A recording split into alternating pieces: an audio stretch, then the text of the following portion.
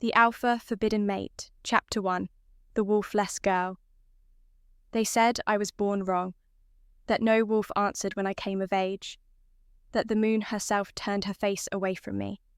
The night of my first shift was supposed to be the proudest night of any Omega's life, the night you meet the other half of your soul. But when the moonlight touched my skin, there was only silence. The pack stared. I waited for the familiar burning under my skin, the call of my wolf, the trembling voice of the creature within me. Nothing came, only stillness. That's when the whispers began. Wolfless, broken, unworthy. I tried to hide my shame behind small smiles and soft words, but a pack smells weakness. They fed on it. Even my mate, the Alpha's son who once swore he loved me, looked at me as though I had deceived him. "You can't even shift," he hissed when the ceremony ended. "You're not fit to be anyone's Omega."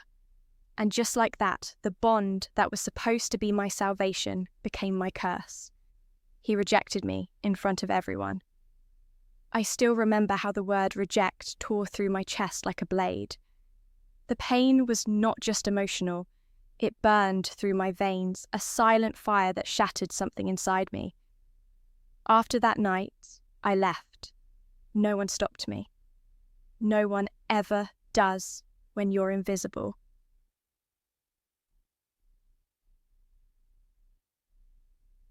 Days blurred into nights as I walked beyond the pack borders, through forests older than memory.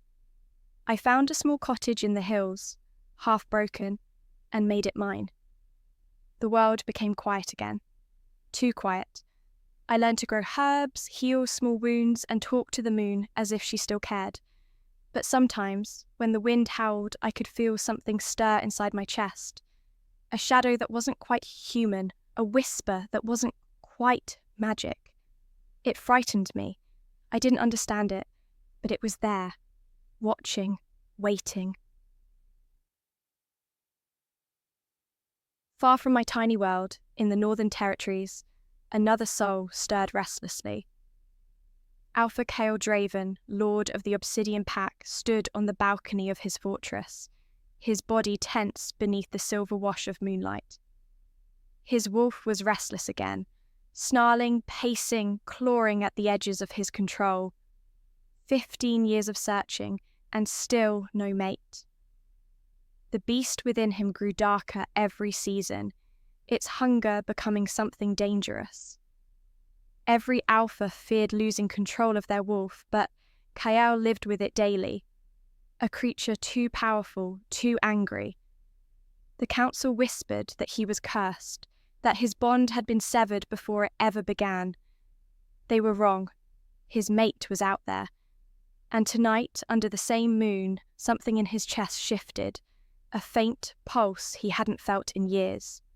His wolf froze. "She's close," he asked. Back in my cottage, the fire flickered lower. I wrapped my shawl tighter around my shoulders and glanced at the window. The forest beyond looked endless, yet something in the air had changed. Like the world had taken a breath it didn't mean to. My heart beat faster, for no reason I could name.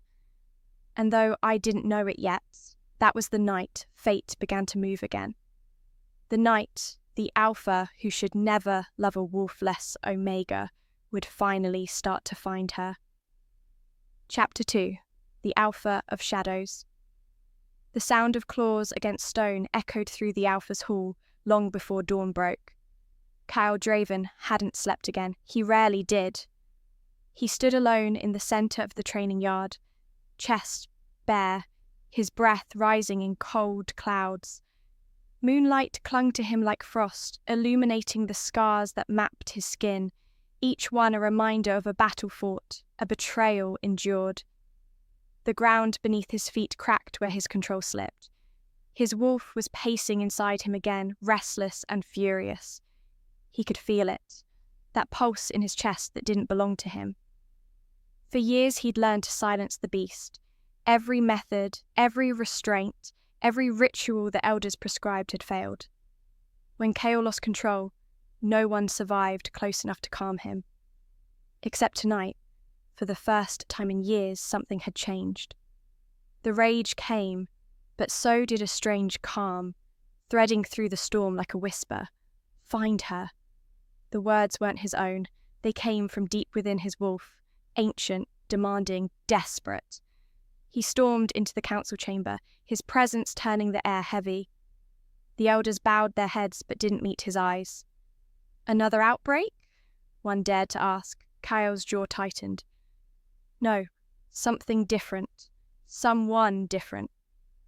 Your wolf? The old beta murmured, voice trembling. He's searching, Kael said. He senses her. A silence fell. The word her in an alpha's mouth could mean only one thing. After 15 years of believing his fated mate had died or been lost, the possibility stirred both awe and fear among them. The bond of an alpha like Kael was no ordinary tie. If he found her and she rejected him, the result could destroy entire packs. The council would never allow it. An elder cleared his throat. You know the law, Kael. No alpha can claim a wolf-less omega. The bond would unbalance. Kael's golden eyes flashed, his wolf close to the surface. Do I look like a man who follows laws written by cowards? The air crackled. Even the guards flinched. He turned, his voice low and lethal. I will find her, whoever she is. Far away, I woke before sunrise, the edges of my dream fading.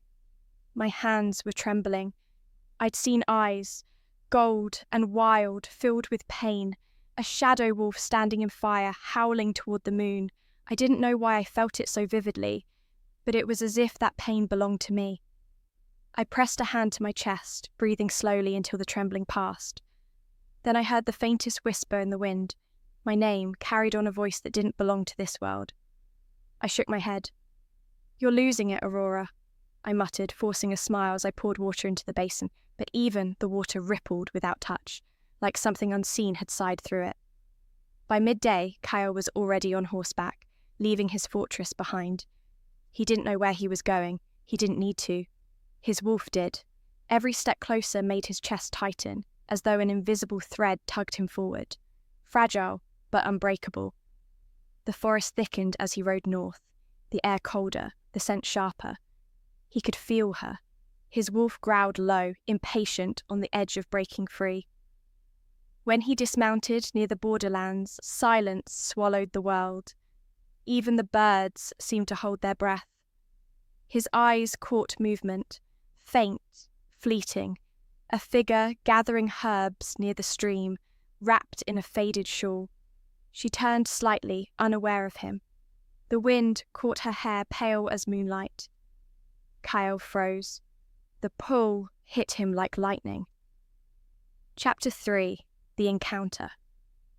The sound of the forest was softer that morning, as though it, too, was holding its breath. I didn't notice the shadow moving through the trees. I was too busy humming to myself, kneeling by the stream, gathering the herbs that grew only where moonlight had touched the soil the night before. The water shimmered in the pale light. I could see my reflection. Quiet, ordinary, nothing special. But sometimes, when the light hit just right, I swore my eyes looked different, almost silver. I always looked away before they could change again. The wind shifted. It was subtle at first, but my body reacted before my mind did. My breath caught. My skin tingled, and every instinct screamed that someone was near. I turned my head slowly. That's when I saw him. A man stood a few feet away, tall and broad-shouldered, dressed in dark armor that caught the light in sharp angles. His presence filled the air like storm clouds before rain. Even from that distance, I could feel the power radiating from him. Wild, untamed, ancient. Our eyes met. The world stopped moving. Gold. His eyes were gold, bright and piercing like fire trapped in amber. The kind of eyes that could see straight through skin and bone, all the way to your soul. For a moment, neither of us moved. Then his jaw tightened as if he was fighting something invisible. "Who are you?" His voice was low, rough, and carried the weight of command. But beneath it, something trembled, like a wolf on the edge of breaking free. I'm just a healer," I managed, clutching my basket tighter. "I live near the ridge. You're trespassing on no one's land, Alpha." His expression flickered. He hadn't told me who he was. "How do you know I'm an Alpha?" "Because the forest stopped breathing the moment you arrived," I whispered. He took a slow step closer. Every move he made felt controlled, precise, as though the world would shatter if he slipped for even a second. The closer he came, the harder it was to breathe. His scent, cedar, smoke, and something darker, wrapped around me. I wanted to run. I couldn't. His gaze dropped to my neck. I felt the bond pulse faintly beneath my skin, invisible but real. A warmth that shouldn't have been there. His pupils dilated, his breathing deepened, and his wolf pushed forward through his eyes. Mate. I didn't hear it. I felt it, like the echo of thunder across my soul. He took another step, and the air thickened until I could taste it.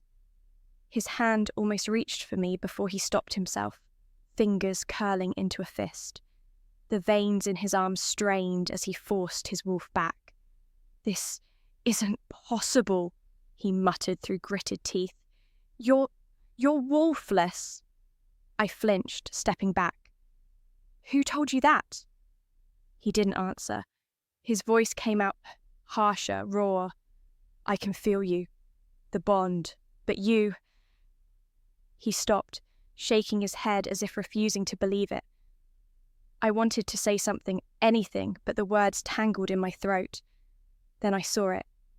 His eyes flickered between gold and black, the mark of a wolf fighting control. "You need to leave," he said finally, his voice breaking. "Before I can't..." And then, before I could breathe again, he was gone. Vanished into the trees, leaving only the echo of his scent and the trembling in my chest that refused to fade. That night, as I lay in my small bed, I could still feel his presence beneath my skin. The pull hadn't weakened, it had grown. Somewhere deep in the woods, Kael Draven was standing under the moon again, his fists bleeding, his wolf roaring in agony. The beast wanted to return to me, and the Alpha was doing everything he could to stop it. Chapter 4. The Forbidden Pull. For the next 3 nights, I couldn't sleep. Every time I closed my eyes, I felt him. That Alpha with eyes like molten gold and a soul that burned through silence. I didn't even know his name, yet his presence clung to me like the scent of rain after a storm. It wasn't just memory, it was real.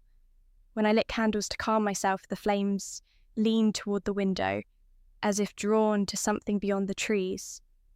When I tried to focus on my breathing, I could hear a low growl in the back of my mind, not threatening, just aching, a sound of longing. I didn't want to believe it, but deep down I knew what it was, the bond, and if the stories were true, then he was fighting it just as I was. Far from my little cottage, Kael Draven stood before the council once more. The chamber's torches hissed in the damp air, their light catching on the veins of tension running through his hands. "Alpha Draven," the High Elder began cautiously, "you've been absent from your duties. Reports say you were seen near the southern borders, the Omega villages." Kael didn't answer. His wolf was restless beneath his skin, pacing, snarling, demanding to go back. Another elder leaned forward. "Tell us the truth. Did you find something?" He said nothing for a long time. When he finally spoke, his voice was a low growl. "Someone..." The air in the room grew heavy. "You felt the bond?" "Yes." His answer was simple, absolute. The elders exchanged uneasy glances. Then where is she? Kael's gaze flickered, the golden light in his eyes dimming for a heartbeat. She doesn't know. She believes she's wolfless. The High Elder's expression hardened. Then it's forbidden. If she carries no wolf, there can be no balance. You know the law, Kael. I know, Kael interrupted, his voice rough with the effort to stay calm. But I also know my wolf doesn't care for your laws. He wants her. You risk everything for a girl who isn't even one of us?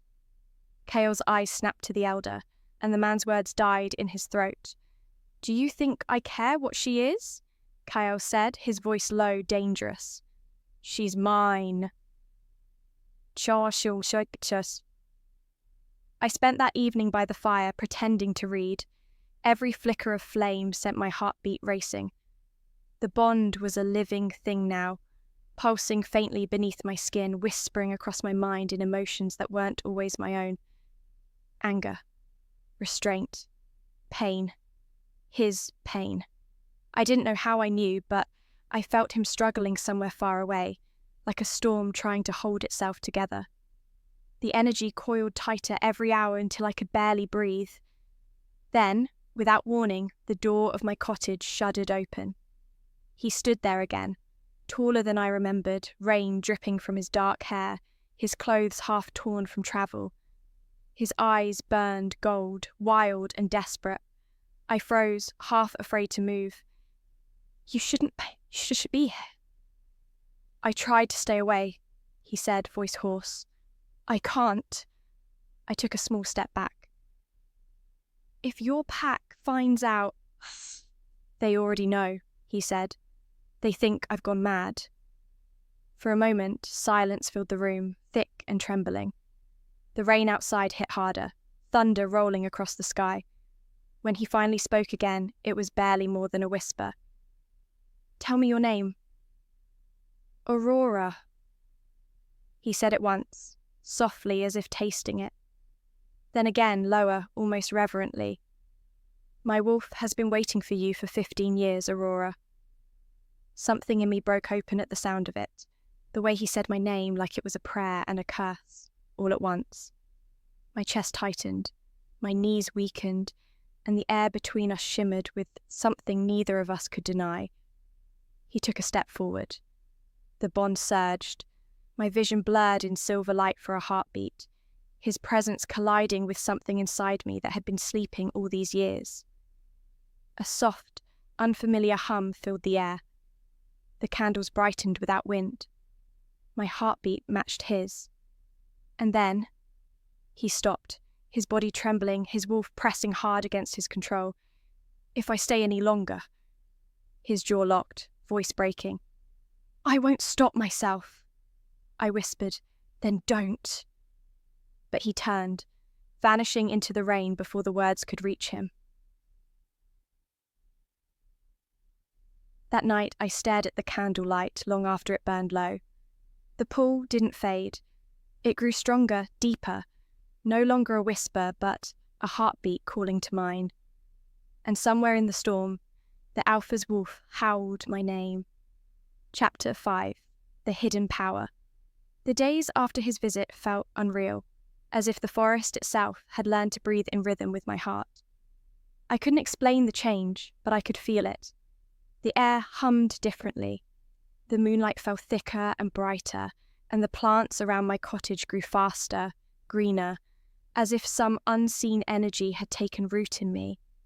I didn't know what I was becoming, only that I could no longer pretend to be what they called me, wolfless.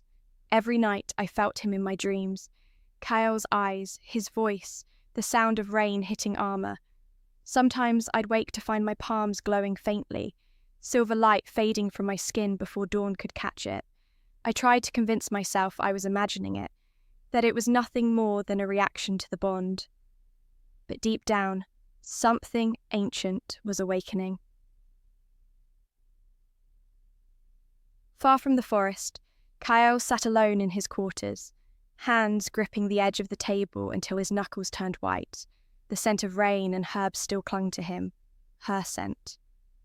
His wolf had been restless since that night, pacing, howling, demanding to return. He hadn't told the council where he'd gone. He couldn't, not until he understood what she truly was. "Wolfless," he muttered, the word foreign on his tongue. No wolfless Omega could carry a bond strong enough to pull an Alpha to his knees, and yet, every time he closed his eyes, he felt her magic weaving through his blood, soothing the violence that had ruled him for years. When he slept, he saw flashes, white fur under moonlight, silver eyes glowing in the dark. The image sent his wolf to its knees. She wasn't wolfless. She was something else. That evening, I wandered toward the river again, my basket empty, my thoughts restless. The water was calm, reflecting the sky like glass. When I dipped my hand into it, the surface rippled, not from touch, but in response, as though it recognized me. The reflection shifted. For a heartbeat, it wasn't my face staring back. It was a pair of white eyes framed by hair like snow, power humming beneath the surface of the water. I gasped and stumbled back, heart racing. My breath turned visible in the cold air, though it wasn't cold at all. Then I heard the growl.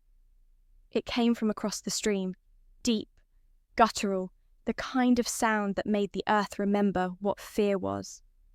A rogue wolf stepped out from the shadows, eyes red with madness. Its fur was matted, its teeth bared. I froze. I'd seen rogues before, but never this close. It lowered its head and lunged. I didn't have time to scream. And then everything went white. Light burst from my chest, cold and brilliant, throwing the wolf backward. The air crackled, the water surged, and when I opened my eyes, I was surrounded by faint, silver wisps swirling like mist. My heartbeat thundered. My hands trembled with light. The wolf whimpered, tail between its legs, before vanishing into the forest. The air went still again. I stared down at my shaking hands. What was that? Hours later, Kael's guards found the rogue's body near the border, dead, though there were no wounds. When they told him what they'd seen, he left immediately, following the scent through the rain until it led him to the river. He found me there, sitting on the ground, drenched and trembling beside the stream. I looked up, startled. "You," I whispered. He knelt beside me, his hand hovering near my cheek but never touching. His eyes scanned the marks of faint light still glowing across my skin. "You fought something," he said softly. "I didn't fight," I murmured. "It just happened." Kael's wolf pressed closer, both reverent and afraid. He could feel the power radiating from me, familiar yet not of this world. "You're not wolfless," he breathed, "not even close." Our eyes met, and for a heartbeat the world faded away. The bond between us flared brighter than before, threads of silver light dancing faintly in the space between our hands. "Whatever you are," he said quietly, voice filled with awe and danger alike, "you belong to me." For the first time, I didn't deny it. I couldn't, because deep down I already knew. This bond was older than both of us, and it was only just beginning.